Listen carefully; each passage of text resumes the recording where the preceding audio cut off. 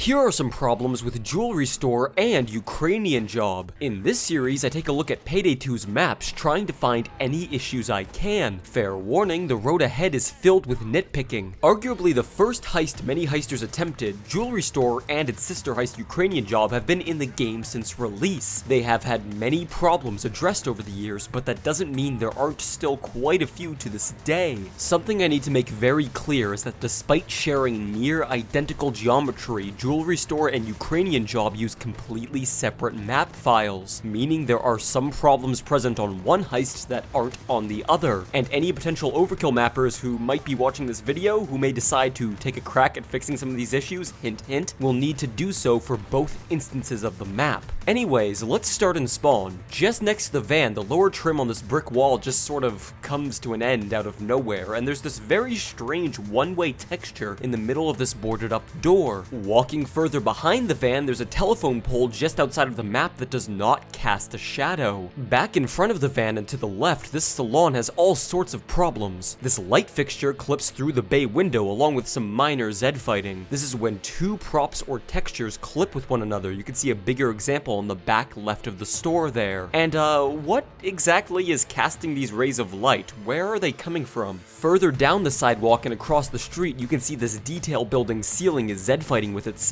As I walk down the street in front of the jewelry store, I found all sorts of problems with the shadows on this map. The shadows cast by the light posts are strange. They seem far too thin as compared to the posts casting them. Further along, this fire hydrant doesn't cast shadows at all, and the shadows on these newspaper boxes are being cast in wildly different directions. In fact, the sun itself is incorrectly placed in the sky. All of the shadows are being cast as if the sun was slightly more to the right. It turns out Bank Heist also has this problem, and I'm gonna go ahead and guess that most daytime maps do as well. Taking a break from shadows for a moment, the graffiti on this fence here clips through the fence itself. Anyway, this parking meter across the road doesn't cast a shadow, neither does this electrical box nor this trash can. And you can see in the distance more ceilings of stores Z fighting with themselves. In this parking lot, this cardboard box has grass clipping through it, and these ones have rubbish clipping through them. I cannot believe we've gone on playing a game with such glaring issues as these boxes for this long. Also, this light's model is glowing too brightly despite not casting very much light at all. Now, to head into the alleyways of the jewelry store itself, starting from the leftmost one. These fire escapes are placed up slightly too high and are clipping through the windowsills. Behind the store, this wall trim just sort of comes to an end, and this graffiti gets cut off here. Turning around and looking beyond this fence into the distance, you can see Z fighting on this brick wall here. The detail areas in the distance look horrible, although you'd have to go out of your way to notice this, so it's not really a problem. What I'm more curious about is it appears the skybox is Z fighting at the bottom there. How is this even possible? Regardless, hop up onto this dumpster and look into the Rapunzel room. That's this detail room up here where a civilian will sometimes spawn on Ukrainian Job. You'll notice a hole in the ceiling peering into the void. Also, this isn't really a problem as it doesn't affect gameplay or visuals in any way, but there is a very low invisible ceiling above this dumpster on Jewelry Store that is raised up far higher on Ukrainian Job. Again, this isn't a problem worth addressing, but I'm mostly curious how it even happened in the first place. Either way, hopping down, you'll notice some Z fighting with these trash decals, and there's a gap in both this window and the identical window further down the wall that lets you see into the void. Walking through this alleyway, things here are mostly okay, although the light coming from this fixture could do with being brightened to be correctly matched with what the model suggests. Going into the store itself, I have to say I'm thoroughly impressed. I could barely find any problems at all, aside from the ceiling fan sharing the same animation problem I discussed in my previous video about Firestarter. So now, this handful of problems are exclusive to Ukrainian Job. The power switch to disable the metal detectors, similar to the box on day 3 of Firestarter, incorrectly states that flipping the switch turns on the power. It actually turns it off. All of the dumpsters on Jewelry Store can be opened to stash bodies in, but they're all locked up on Ukrainian Job except for this one. Strange. The shutters asset inside of the store itself claims the shutters are enabled when they're pulled up and disabled when they're down. This should be reversed. Moving on from Ukrainian Job specific problems, it's time for the last and in my opinion biggest thing: Bane's voice lines. Most of the voice lines specific to Jewelry Store and all of the voice lines specific to Ukrainian Job are just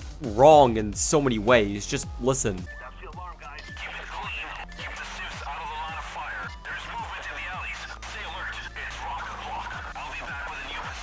guys, we're in the middle of the city.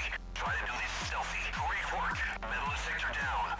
An incorrect radio filter for Bane is used in all of these lines, and it sounds very jarring. On top of this, many of the lines are misinformation or flat out lies. That's enough for Vlad, but get more if you feel brave. Jewelry store is not a Vlad heist.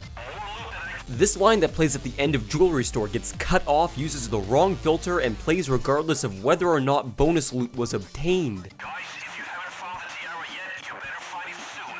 We're running out of time. There is no time limit for Ukrainian job stealth. It might be in the front too. It doesn't have to be in the back. The tiara on Ukrainian job always spawns in a safe in the back. And there are plenty more that I was not able to get footage of. I know for a fact that Bane will sometimes tell you on Jewelry Store after killing too many civilians that the police are calling in snipers. While this is actually true for this particular heist, it can still play while in stealth and uses the wrong radio filter. And that's everything I could find. Once again, I'm sure there are some problems that I missed or things that were so small I didn't even bother mentioning them. Let me know what heist you want me to nitpick next in the comments below. And hey, if you liked the video, I'd appreciate it if you thought about subscribing. Thanks for watching, and take it easy.